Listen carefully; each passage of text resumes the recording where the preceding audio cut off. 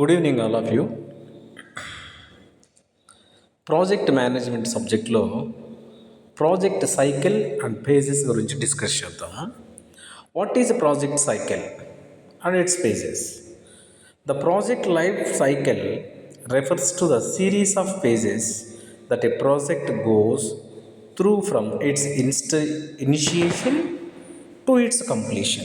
అంటే ఒక ప్రాజెక్టు జీవిత చక్రం అనేది ఎలా ఉంటుందంటే, ఆ ప్రాజెక్ట్ ప్రారంభించినప్పటి నుంచి అది పూర్తయ్యే వరకు ఉన్నటువంటి దశల యొక్క శ్రేణిని వివరిస్తుంది.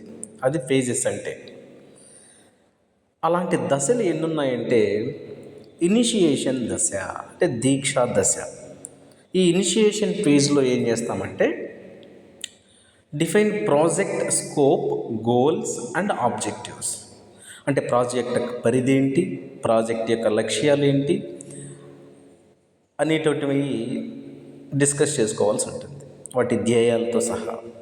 అలాగే identify stakeholders and their roles.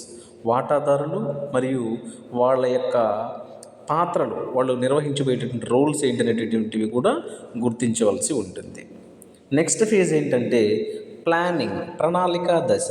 అంటే వివరణాత్మకమైన ప్రాజెక్ట్ యొక్క ప్రణాళిక మరియు షెడ్యూల్ను అభివృద్ధి చేయడం జరుగుతుంది. అంటే develop detailed project plan and schedule. అలాగే define project scope, time line and budget. Project యొక్క పరిధి ఎంత టైం లైన్, కాలక్రమం ఎలా ఉండాలి, అలాగే దానికి సంబంధించిన బడ్జెట్ ఏంటి అనేటటువంటివి నిర్వచించవలసి ఉంటుంది. అలాగే అమలు దశ అంటారు.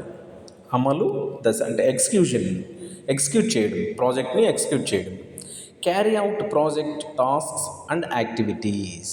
అంటే ప్రాజెక్టు పనులు మరియు కార్యకలాపాలను నిర్వహించడం జరుగుతుంది. అలాగే వనరులను నిర్వహించండి మరియు కేటాయించడము రెండు కూడా ఉంటాయి అన్నమాట. అంటే manage all, allocate resources. Monitoring and control ఫేజ్కి వస్తే పర్యవేక్షణ మరియు నియంత్రణ దశ అంటారు దీన్ని. అంటే track project progress and performance. Project ఎలా ఉంది అనే మనము ట్రాక్ చేయాల్సి ఉంటుంది. ప్రాజెక్టు ప్రోగ్రెస్ ఎలా ఉంది, ప్రాజెక్టు పురోగతి ఏమైనా సాధిస్తుందా, లేదా ప్రాజెక్ట్ యొక్క పనితీరు ఎలా ఉంది ఏంటనేది ట్రాక్ చేయాలన్నమాట. అలాగే